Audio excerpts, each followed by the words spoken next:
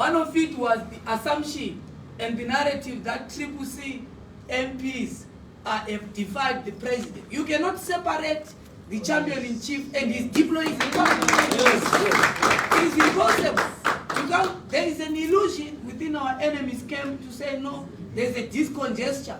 They met with the champion-in-chief, conveyed what happened, because what we wanted was to fill the lacuna of information around what transpired, because the court of the public opinion did not discourse in terms of the contents of the contract, which is what we got, because if we had found out that, number one, there was a breach of our principles and values.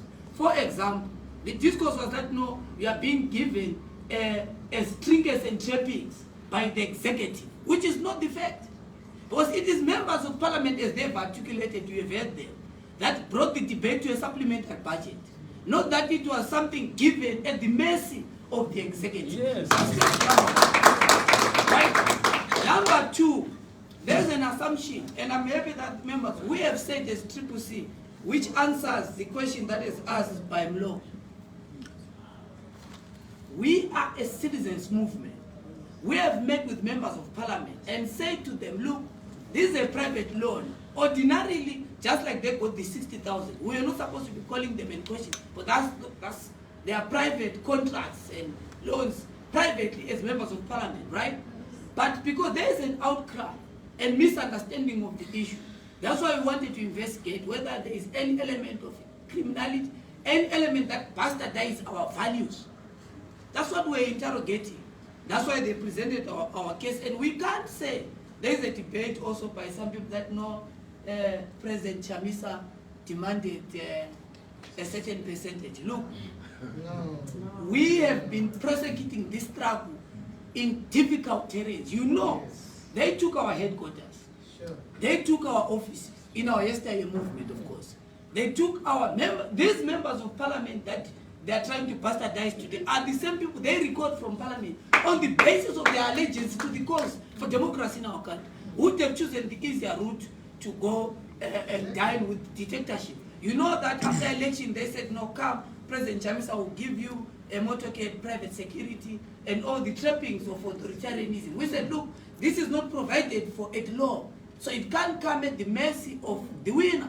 Let it be something that come out of the law, not that you want to hoodwink us and drag us into the trinkets. And I don't think that logically, as an organization, would say, no, give us, because they have to account.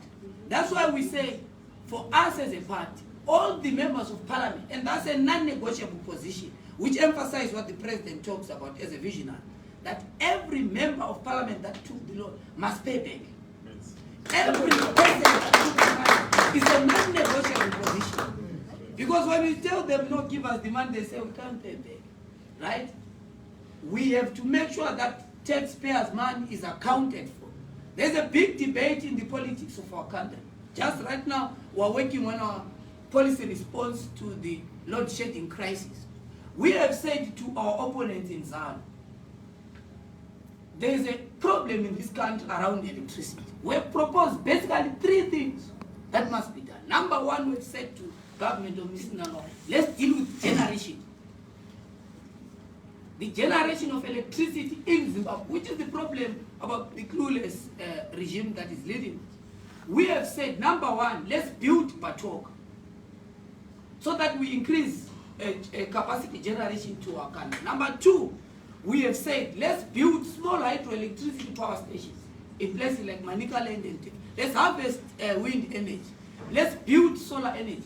But that discourse to them, to analog people, it's a discourse that they can't appreciate. Number two, we said, let's deal with transmission.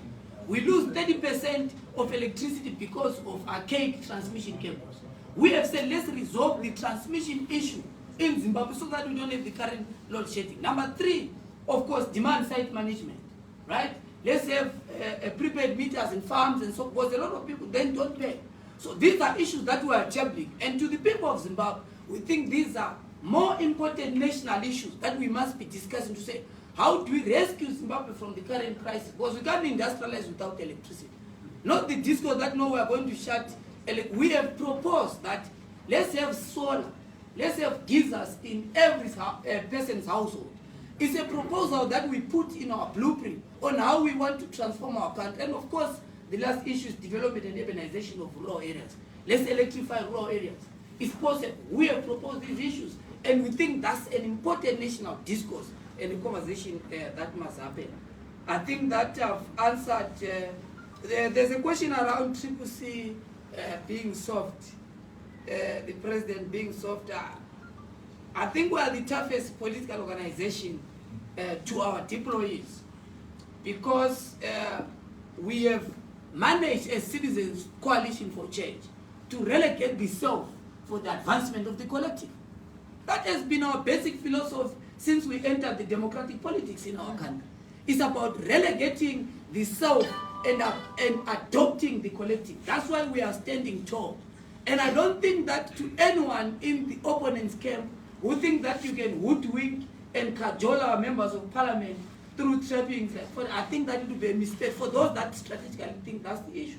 Because we have resisted different temptations to join the gravy train, because we have remained true to the values of democracy and fight for freedom in our country.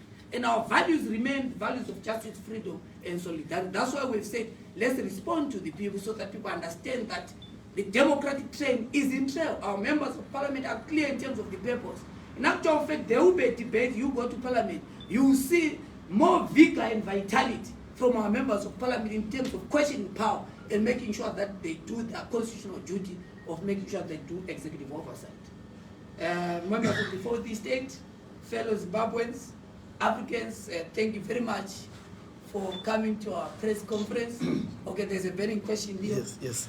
Okay, I think, thank you so much for this and giving us time to engage as we get to understand what is happening in Parliament and outside.